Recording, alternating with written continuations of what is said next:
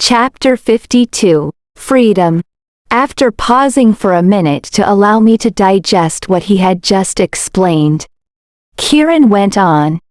And when we have all of these three qualities, the ability to think, to question, and to appreciate, what will emerge naturally is freedom, which empowers us to act as we wish. Can't animals do what they want? I asked. No.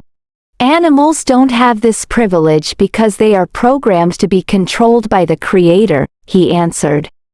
Then why do some animals harm others and kill them for food? I asked.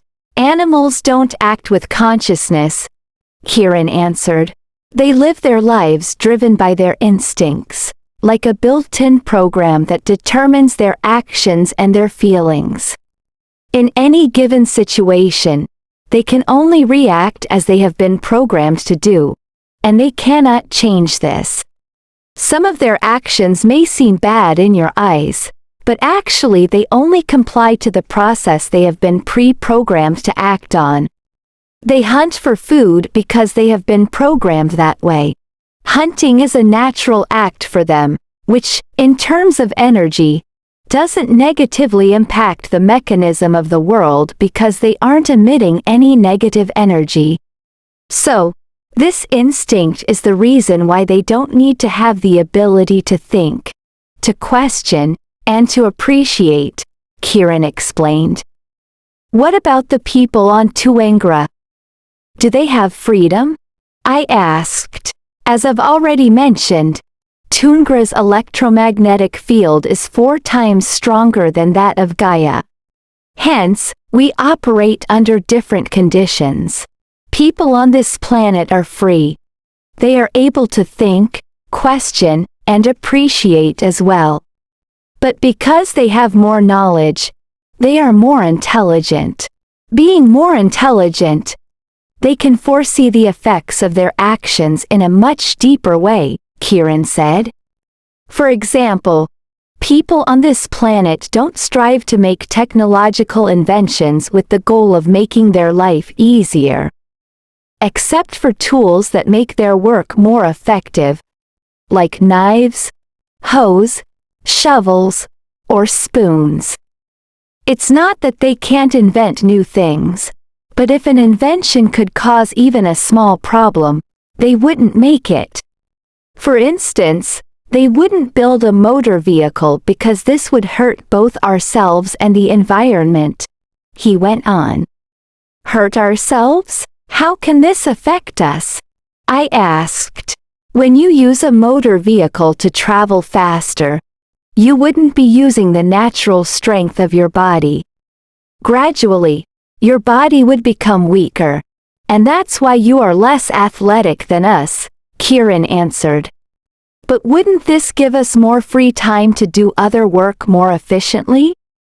For example, if a faster way of transportation allows us to commute to work in half an hour, instead of half a day, wouldn't that be useful? I asked, openly expressing my opinion.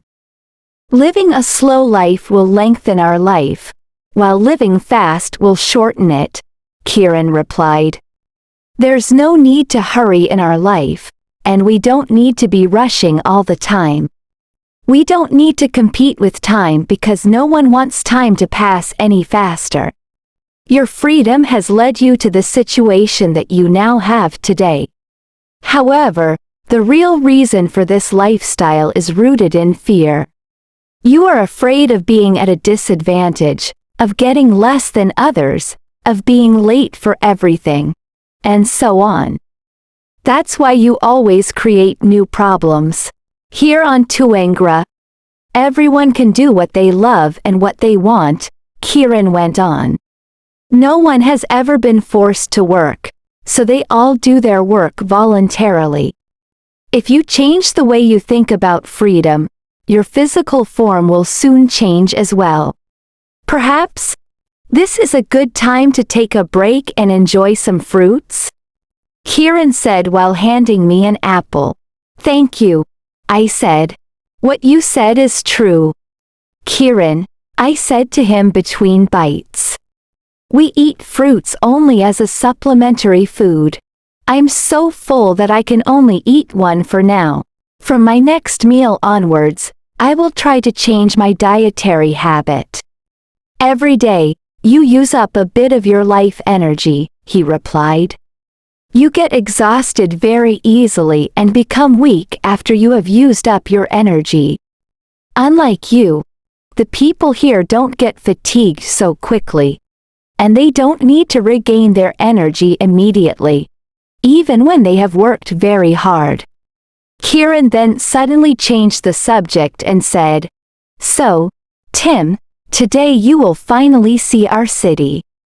I will go with you too, since I have several new knives I want to bring to the market. Hurrah! Grandpa's coming with us, shouted Kaharu. Sounds great. I'm very excited to see your city, I said. Let's prepare for our trip.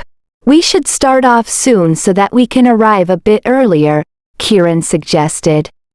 I didn't feel anxious anymore because I had learned so many things. I felt I had learned more in one day than in the previous 30 years of my life. When I thought about it, all the knowledge that I had acquired in my life only served me adequately to find a job and earn a living. It wasn't the kind of knowledge that brought me happiness. Now I have discovered that the only thing that I, and perhaps everyone on earth, really need is happiness. But happiness doesn't always mean the same thing for everyone. All of us have different goals in life. Some people believe that owning a house, or a car, and achieving economic stability will make them happy. Others might say they would be happy pursuing their careers or other interests. Everyone is still chasing happiness, but it seems that very few people have found true happiness yet. I also realized that this place provided a standard of living that could make us truly happy. Nobody seemed to have to fight for anything. Everything looked so simple and nothing looked complicated. I thought to myself that this was the life I had always longed for.